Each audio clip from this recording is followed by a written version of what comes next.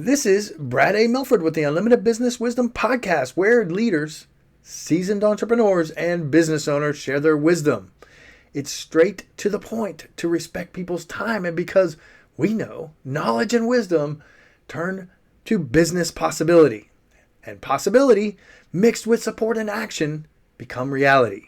In this podcast, we discuss leadership, sales, marketing, operations, team development, quality, and finance to drive sustainable results and everlasting impact to make the world a better place. Thanks for joining us. For over 30 years, Bob Burg has been successfully showing entrepreneurs, leaders, and sales professionals how to communicate their value and accelerate their referral business. Although for years, Bob was best known for his sales classic, Endless Referrals, it's his business parable, The Go-Giver, co-authored with John David Mann, that has created a worldwide movement. While part of the 4-book series, The Go-Giver itself has sold more than 1 million copies and been translated into 30 languages. It was rated number 10 on Inc. magazine's list of the most motivational books ever, and was HubSpot's 20 most highly rated sales books of all time. Bob is an advocate, supporter, and defender of the free enterprise system, believing that the amount of money one makes is directly proportional to how many people they serve. Bob Burg, so excited to have you on the show. Now, hey, Brad, Bob, great to be with you. It's great to have you. Now, I would be remiss if I just didn't share this with the audience and with you personally. I'm excited that I get to share this with you. And I want to just give you a hugely high endorsement. Years ago, going back five years ago or so, I was making a shift in my business, in my career, in my life. And I actually reached out to you personally, and you gave me some good advice. But the reason why I had reached out to you is because a leader, a person in a leadership position, recommended your book.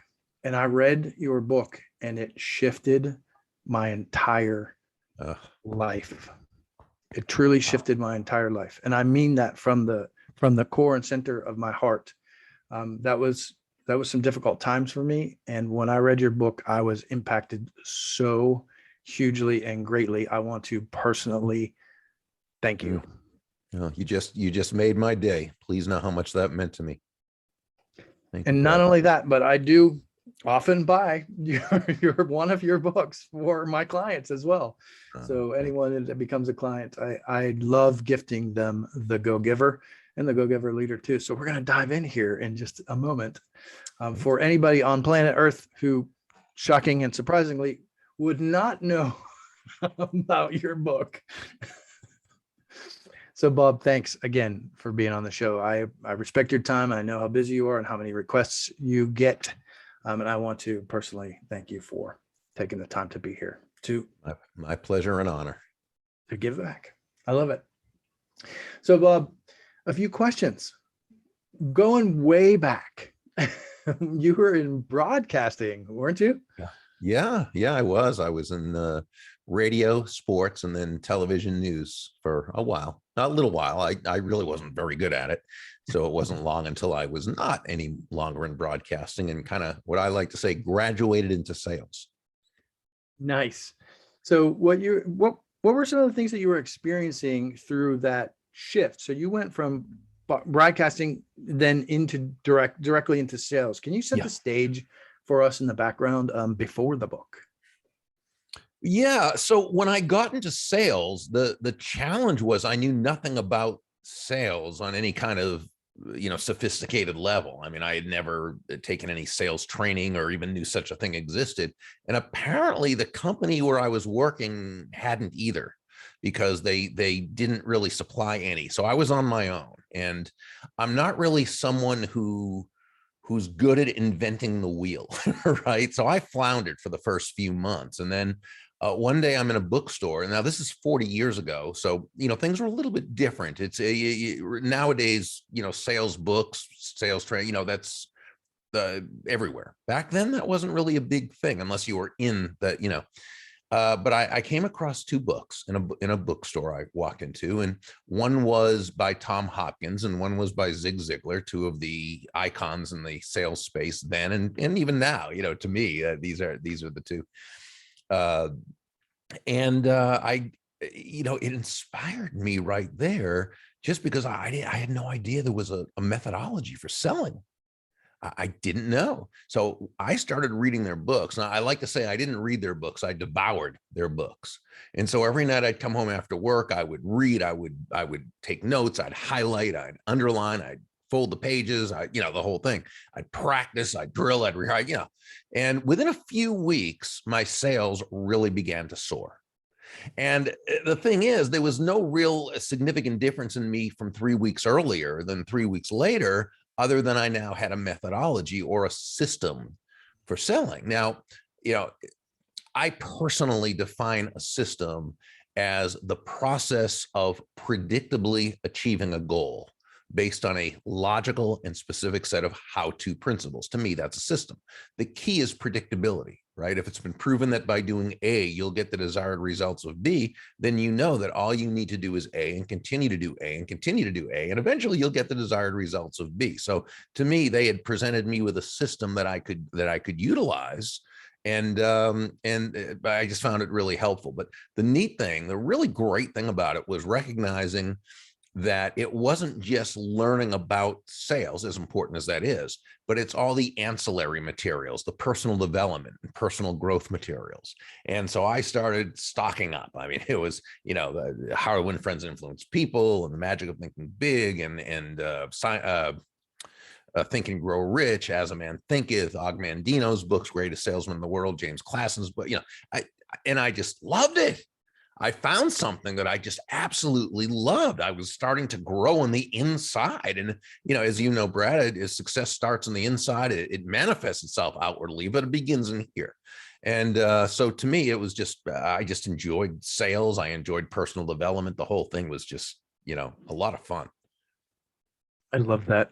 And I absolutely 100% totally relate as well. I think when one shifts, for those of us who do shift into the inside, we realize that a lot of that starts to manifest. But what I really love about what you said is you didn't just read the book. You actually devoured it. You practiced, you rehearsed, yeah. You were highlighting. That is so important, because in the world we live in today, there's a lot of information out there. And I think a lot of people look for these nuggets, right? And these 30-second snippets and things like that. But what you're describing, devouring, is a whole nother level. Mm-hmm. So I love that. I wanted to highlight what you said there. So Thank you. What's one piece of advice that you received before the book that really made a difference? What was the difference maker for you? It's a great question. And I think I would go back to 2 years after I began in sales. Okay. And I had done pretty well for those couple of years. And I went to another company where I was selling a high ticket item, and I started out in a slump, and I was having trouble getting out of that slump. And I made a mistake that a lot of young salespeople make, and that is, the more of a slump I was in, the more I focused on myself and making the sale, as opposed to focusing on what I had been taught to focus on, which is the other person, right? The customer. And I remember coming back one day after a non-selling appointment. Not by design, it was supposed to be a selling appointment, but because of my own ineptitude, the sale did not take place. Thus, that other person was not helped. I did not earn a commission, and my company didn't prosper. So it was a lose-lose-lose instead of a win-win-win.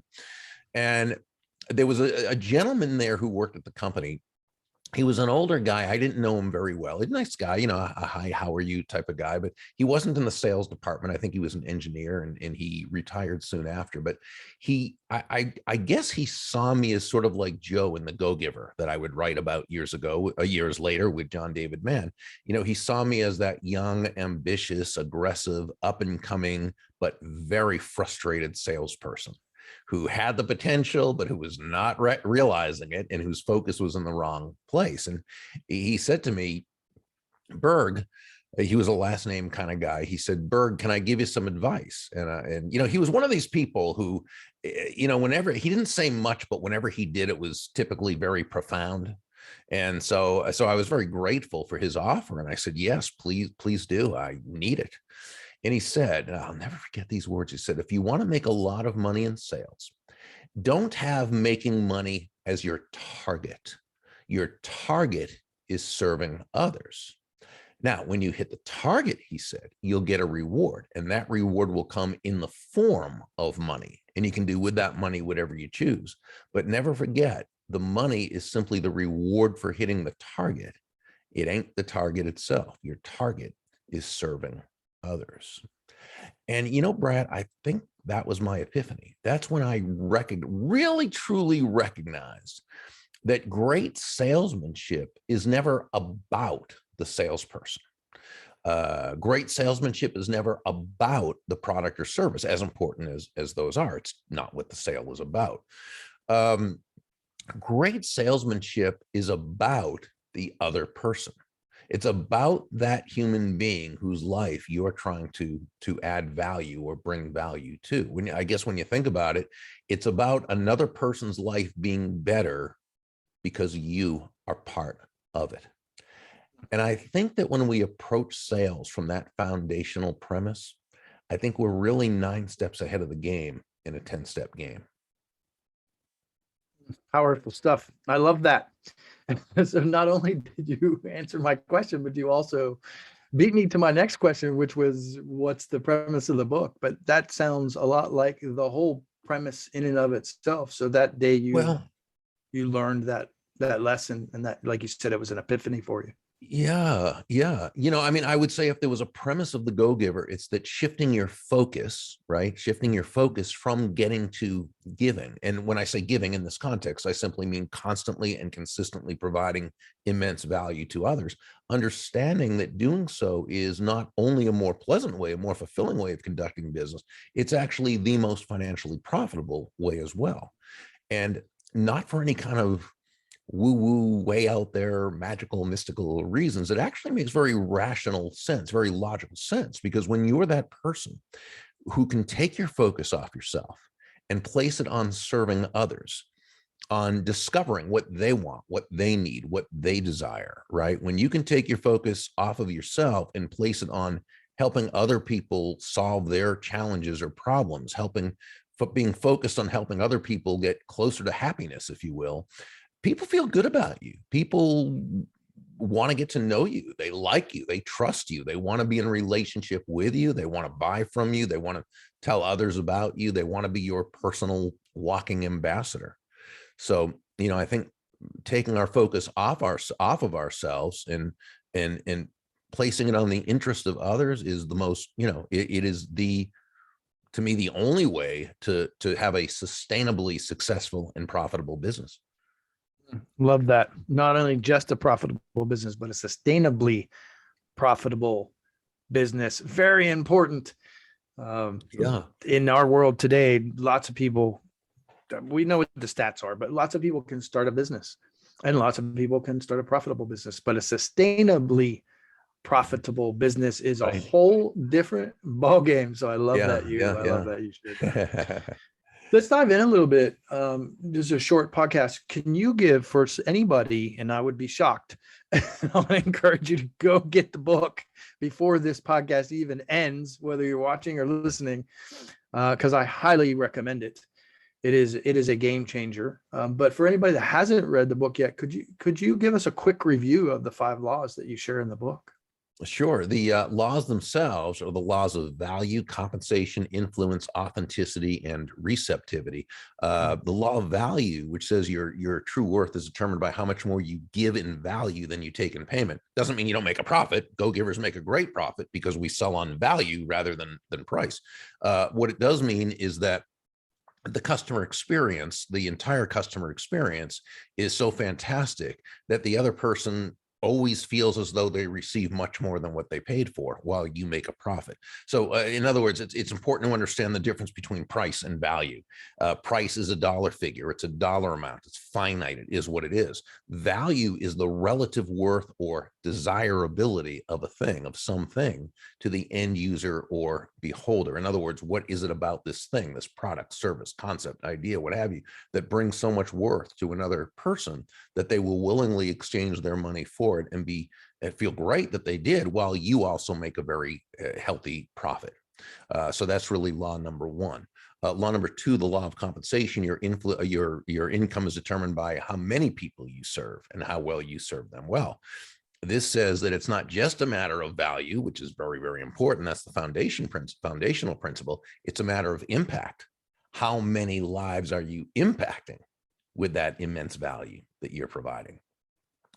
Law number three, the law of influence, says your influence is determined by how abundantly you place other people's interests first. Now, not in a way that's doormatty or martyrish or self-sacrificial, not at all. It's simply understanding, as Joe, the protege in the story, learned from several of the mentors, the golden rule of business, of sales, is that all things being equal, people will do business with and refer business to those people they know, like, and trust. And, there's no faster, more powerful, or more effective way to elicit those feelings toward you and others than by genuinely moving from an I focus or me focus to an other focus, looking to, as Sam, one of the mentors in the story, advised Joe, make your win all about the other person's win. Law number four, the law of authenticity, says the most valuable gift you have to offer is yourself. In the story, Deborah, one of the mentors, shared that all the skills in the world, the sales skills, technical skills, people skills, as important as they are, and they are very important, they're also all for naught if you don't come at it from your true, authentic core. But when you do, when you show up as yourself day after day, week after week, month after month, people feel good about you. They feel comfortable with you. They feel safe with you. Why wouldn't they? They know who they're getting. And this inspires trust. And this inspires, this advances the relationship. And so authenticity is so very key. And then the law number five, the law of receptivity, says the key to effective giving is to stay open to receiving, which really means nothing more than understanding that, yeah, we breathe out, we also have to breathe in. It's not one or the other, it's both. We breathe out carbon dioxide, we breathe in oxygen. We breathe out, which is giving, we breathe in, which is receiving. Brad, despite the horrible messages of lack that we get from the world around us, I believe the anti-prosperity messages out there, anti-business, anti-money, anti-whatever, despite those messages, the fact is that giving and receiving are not opposite concepts. They're simply two sides of the very same coin, and they work in tandem. It's not, are you a giver or a receiver? That's the treacherous dichotomy, the false dilemma, the unnecessary use of the word or. No, you're a giver and a receiver. But what you know is that the giving comes first. This is universal law. These are laws of nature. You plant before you harvest. You reap before you sow. You give before you receive. But when you do, when you give, and you give to plenty, and you place other people's interests, or you come from an authentic base, you've created what we call the benevolent context for your success. And you're ready to receive, but you've got to make yourself open to receiving. You've got to allow yourself to receive. See, John David Mann, my awesome co-author, he and I say that money is simply an echo of value, right? It's the thunder, if you will, to value's lightning, which means the value must come first. That must be your focus, providing value to another person. The money you receive is a very natural result of the value you've provided. At the same time, you've got to be open to receiving. And it's important to kind of to look past those negative messages, to question premises when you hear things that are anti-prosperity, and say, well, why? Why is that so? What principle is that based on? What's that person's agenda? How did they learn that? Who taught them? How did they learn? You know what I'm saying? And I really believe that prosperity is worthy of an ongoing study. And there are some great prosperity teachers and writers and practitioners out there, the Randy Gages, the Sharon Lecters, the Ellen Rogans, the late Bob Proctor, people like David Nagel, Ken Honda. These people, it's worth getting their books, listening to their podcasts, and real, because we get those horrible lack messages all the time. Just go on social media and you'll see those. Never mind what kids learn in school and different things that just don't present a good prosperity message. So we need to really, we really need to reach out and go after the prosperity teachings and get that into our heads and get that into our hearts. I love that. You have me on the edge of my chair, Bob. Oh, thank you. I think you may have answered. So the next question I was going to ask you speaks directly into that. And so maybe that is the answer, but I still would like to ask you. So how does one shift from getting to giving? Now, what I mean by that is with all the information out there, you already spoke into this a little bit, and especially in the internet world and on social media, there's a lot of stuff about lack out there. So all the things that we've been taught improperly, how do we unlearn what we've learned and relearn how to be a giver rather than a getter? Well, so there's a couple things, I think, and a couple parts of that question. As far as, when we talk about the lack mentality, it's kind of, it's again, goes back to questioning the premises and then looking for the people who are giving good prosperity based messages. And that doesn't mean you just have to accept everything, but it means you certainly look into that. And again, you ask those questions, and does it make sense, and so forth. Now, as far as how do we shift from getting to giving? So this is first understanding, and so let's go back to the person who says, well, this go-giver stuff, that's fine for after I have the money, right? And I don't have to worry about it, but I need the money now. I can't be, when I'm in a sales presentation, my goal is that person's money. Okay, so let's take that and let's take a couple of examples. And we're going to say I'm that person. I'm that salesperson.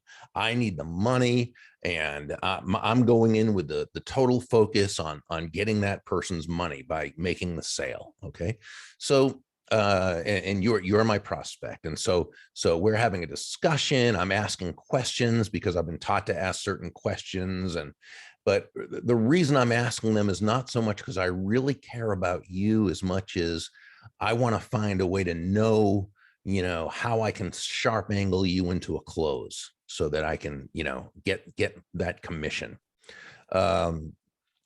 When you have an objection, I'm a little defensive because your objection standing in the way of my commission.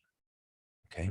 And so, yeah, I answer it. I give you the standard answers to the standard objections without really going deep and finding out the true reason. I just because I want to get this out of the way.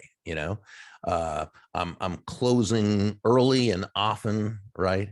And by the time I ask for the sale, my question would be, are you more likely or less likely to have the trust and faith in me that I have your best interest at heart? And the chances are probably not. Okay. Now let's take the same situation. I'm the same person and I still need the money. Right. But what I'm going to do this time is I'm not going to deny my self-interest because I'm a human being. So I'm a self-interested being. This was programmed into us.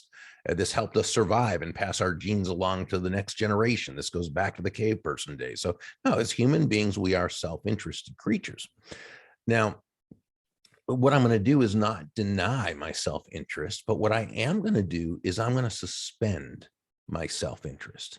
I'm going to put my self-interest to the side so that I can absolutely focus on bringing you an immensely value-based experience. So we're in the interview. I'm asking you questions, and my sole desire is to kind of know where you are and what you need, what you want, what you desire, what challenges I can help you overcome, how I can make your life better through my product or service. And as I listen to you and as I listen intently, I'm really, I'm also knowing that because we're different people, we come from different sets of beliefs and how we see the world. So I'm not assuming that I understand exactly what you mean by what you say. And I'm not assuming that you understand what I mean by what I say. So I'm asking clarifying questions diplomatically and tactfully. And I'm making sure I have the full story. Only when I am certain that I totally understand what you need, want, and desire do I go ahead and match the benefits of my product or service with those needs, wants, and desires. When you have an objection, I welcome that objection. And I assure you that it's fine to have the objection, because in order for us to be able to work together, or in order for you to be able to own this product, you need to feel very comfortable with it. So what I do is, rather than just kind of give a superficial answer, we kind of work together in order to understand the true root of the objection, which you might not understand yourself at this point yet. So we're going to do that together. And then once we know that, now we're going to work through this to advance the sale.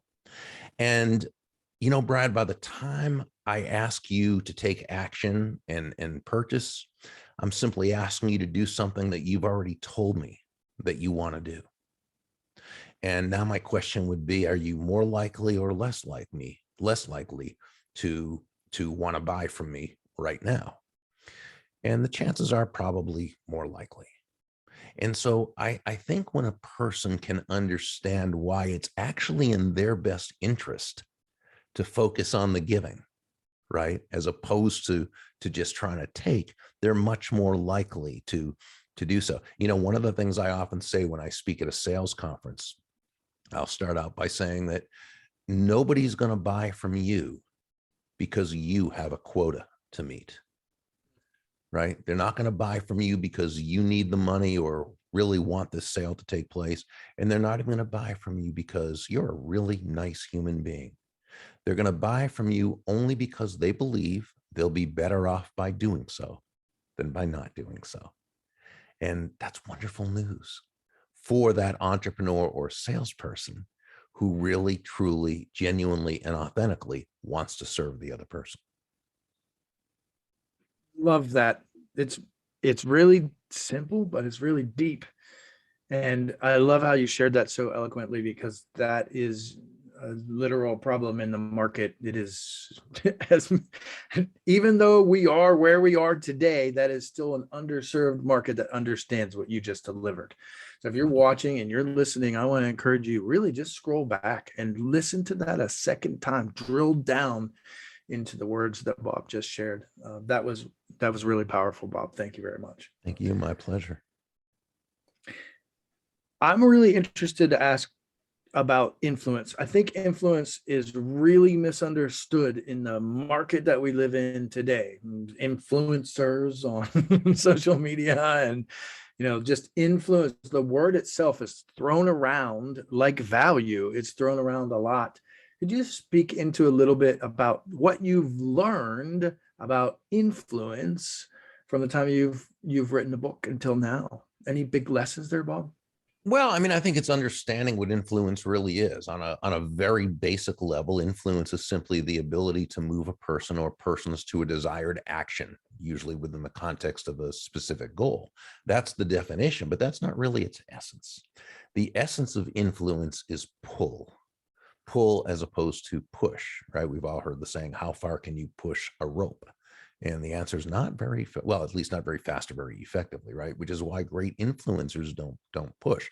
They don't push their ideas on others. They don't push their will on others. They don't push themselves on others. They're not push-y, right? You never hear people saying, wow, that Joe or that Diane, she is so influential. She has a lot of push with people. No, she's influential. She has a lot of pull with people. That's what influence is. It's pull. It's an attraction. Great influencers, genuine influencers, they pull you. You buy into them before you even buy into their idea. And this pull is really manifested again through your focus, and that is, asking yourself questions such as, this person. How does this person who I'm asking to do a certain thing, how does what I'm asking them to do align with their goals? right? Align with their needs, wants, and desires. How does what I want this other person to do? How does it align with their challenge? How does it help solve their challenges? How does it bring them closer to where they want to be? And I think, Brad, that when we ask ourselves these questions thoughtfully and intelligently, uh, genuinely, authentically, not as a way to manipulate another human being into doing our will, but as a way of building everyone in the process. Now we've come a lot closer to earning that person's commitment, as opposed to trying to depend on some type of compliance or, manipulation or, whatever it may be. Absolutely love that.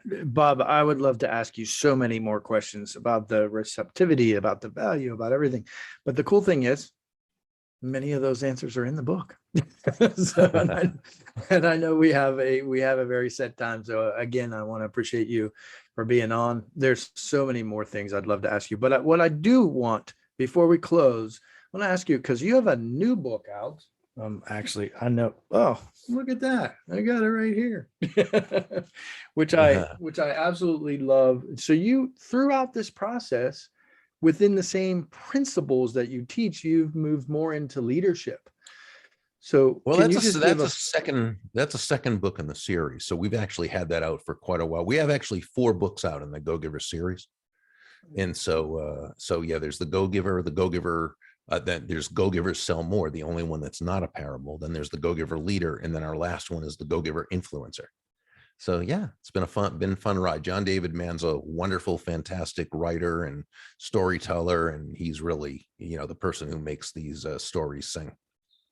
I love it. I love it. And I love how you highlight that as well. So Bob, thank you so much.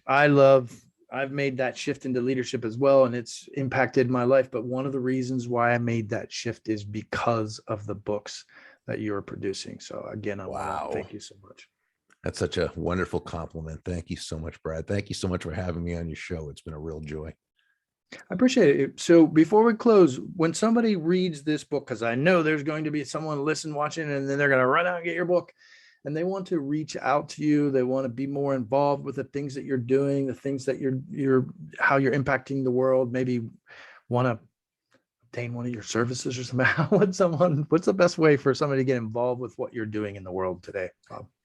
Yeah, my business partner, 𝐂𝐸𝐿 and I have put together a social. It's a social media network, online network. Well, I guess social media online that would make, but a social media network called the Go Giver Community.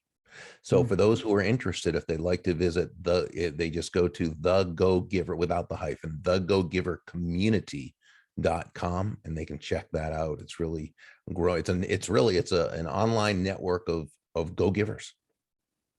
Love it. Thank you so much. Again, appreciate you, Bob. Thank you so much for your time. Thank you so much. This is Brad A. Milford with the Unlimited Business Wisdom Podcast, where leaders, seasoned entrepreneurs, and business owners share their wisdom. If you're looking for more on leadership, sales, marketing, or operations to drive team development, higher quality, and high-level sustainable profits, we encourage you to join the Built for Brilliance community on Facebook, or reach out to us about one of our mastermind groups, coaching or consulting, or even fractional COO services. You can reach us at buildbrilliance.net/contact. We thank you for listening, for sharing the show, and appreciate your rating and reviews, as this makes more shows possible. Thanks for joining us.